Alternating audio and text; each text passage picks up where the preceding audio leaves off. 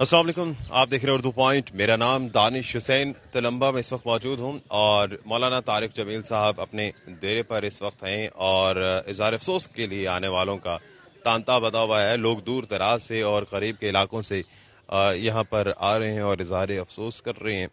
अभी थोड़ी देर पहले डेरे पे अंदर मैं भी बैठा हुआ था, तो जो तासुरात थे मौलाना साहब के वो बड़े सब्र वाले थे, लेकिन अंदर ही अंदर उनकी आंखें, उनके कांपते कपकपते लफ्ज जो हैं वो बहुत सी कहानी को बयान कर रहे थे। और जाहिर है एक जवान सारा बेटे की इस तरह से इंतकाल कर जाना ये किसी के लिए भी बड़ा मुश्किल है।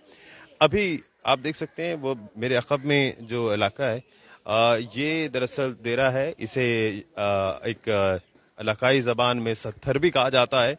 जो लोग झंग या इस पंजाब से वाबस्ता हैं वो सत्थर के मानी को जानते हैं, यानी कि जब कोई इंतकाल कर जाता है और उसके इंतकाल के बाद, तदफीन के बाद एक बैठने की जगह जहाँ पर लोग दुआ करते हैं, कुलखानी करते हैं, दुरूद पाक पढ़ते हैं, कलमा तैयबा का विर्द करते हैं या इज़हार अफसोस करते हैं, अफसोस के लिए आते हैं, तो उसे सत्थर कहा जाता है।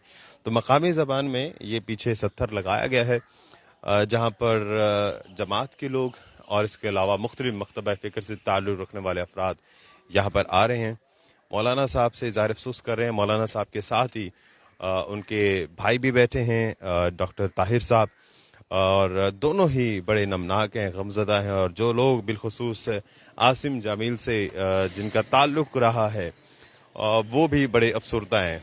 आरफीन जो कि चचाजाद भाई थे वो भी यहीं पर आए हैं और ये तमाम लोग जो हैं वो मौजूद हैं जो ताज़ियत के लिए आ रहे हैं, अफसोस के लिए लोग आ रहे हैं, उनके साथ मिलकर दुआ कर रहे हैं। और मौलाना साहब भी सबसे ये कह रहे हैं कि दुआ करें और लोग मौलाना साहब के लिए भी बहुत सी दुआएं कर रहे हैं कि अल्लाह ताला उनको सब्र जमील अता फरमाए।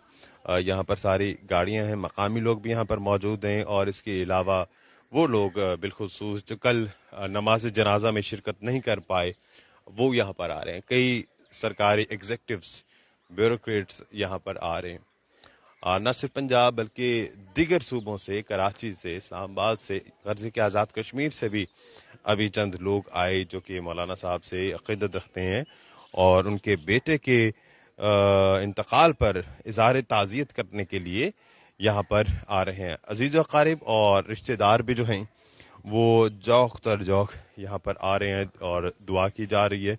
इस वक्त यूसुफ जमील साहब जो हैं, जो भाई हैं उनके, वो भी आ रहे हैं और यूसुफ साहब से बात करने की कोशिश करेंगे। अस्सलाम वालेकुम यूसुफ भाई। अच्छा अच्छा, बात करेंगे।